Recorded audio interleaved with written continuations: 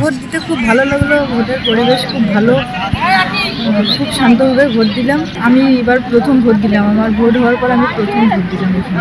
আমরা বিগত 17 বছর থেকে কোনো ভোট দিতে পারি নাই।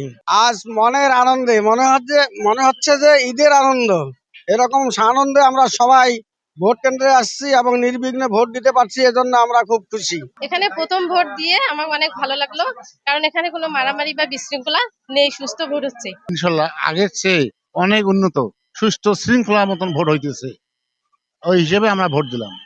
এরকম ভোট কোনোবার হয়নি। আমি লালমনিরহাট 1 সংসদীয় আসন 16 লালমনিরহাট 1 থেকে ধানের শীষের প্রার্থী।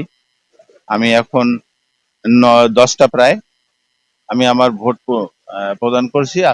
এখন পর্যন্ত ভোটের পরিবেশ ভালো। ওই একটা ভালো ভোটে জনগণ যাতে করে ভোট দিতে পারে, সে তাদের ভোটাধিকার ফেরতের জন্যই তো আমরা এতদিন কষ্ট করেছি, আন্দোলন করেছি, সংগ্রাম করেছি, মামলা খেয়েছি। তো এবং ওই ভোট তো দিনের ভোট রাতে হয়ে গেছিল 2018 সালে। এখন পর্যন্ত এরকম একটা ভালো নির্বাচন এখন পর্যন্ত যেটা দেখছি, গ্রহণযোগ্য নির্বাচন যদি আল্লাহর রহমতে হয়, তাহলে এটা দেশের জন্য ভালো, আমাদের জন্য ভালো, সবার জন্য।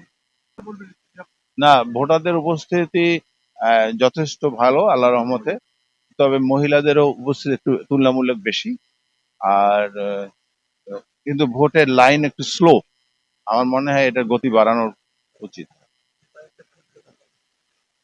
এটা তো উপর আল্লাহর সিদ্ধান্ত, মানুষের। ইনশাল্লাহ আমি আশা করি যে জনগণের সমর্থন আমার দিকে থাকবে। এখন পর্যন্ত নির্বাচনের পরিবেশ সুষ্ঠু, তবে বিভিন্ন জায়গা থেকে আমাদের কাছে তথ্য আসতেছে যে রাস্তাঘাটে কেউ বাধাবিঘ্নিত করার চেষ্টা করছে।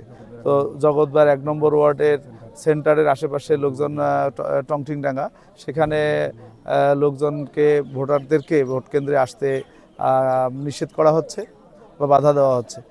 আমরা আশা করব প্রশাসন সক্রিয় ভূমিকা রাখবে এবং সকল দল তাদের নির্বাচনটাকে সুষ্ঠুভাবে সম্পাদন করার জন্য তারা তাদের দায়িত্বশীলতার ভূমিকা পালন করবে, এটা আমরা প্রত্যাশা করি। সর্বোপরি প্রশাসনের কাছে আমরা আশা করব যে জুলাই যোদ্ধাদের, শহীদ আবু সাঈদের রক্তে গড়া এই বাংলাদেশ, আমরা দীর্ঘদিন থেকে ভোট বঞ্চিত ছিলাম, আজকের জন্য আমার হাতীবান্ধা পাটগ্রামের মানুষ তাদের ভোটাধিকার নিশ্চিত করতে পারে, সেজন্য আমরা প্রশাসন, সাংবাদিক এবং সকল মহলের কাছে আমরা আশা করছি যে আজকের এই দিনটা সকলের ভূমিকা বাংলাদেশের মানচিত্রে যেন স্বর্ণাক্ষরে লেখা থাকে। আমরা আশা করছি ইনশাআল্লাহ হাতীবান্ধা পাটগ্রামের মানুষ সুষ্ঠুভাবে ভোট দিতে পারলে এখানে ইনশাআল্লাহ দাঁড়িপাল্লার শতভাগ আমরা বিজয় নিশ্চিত আশা করছি ইনশাআল্লাহ।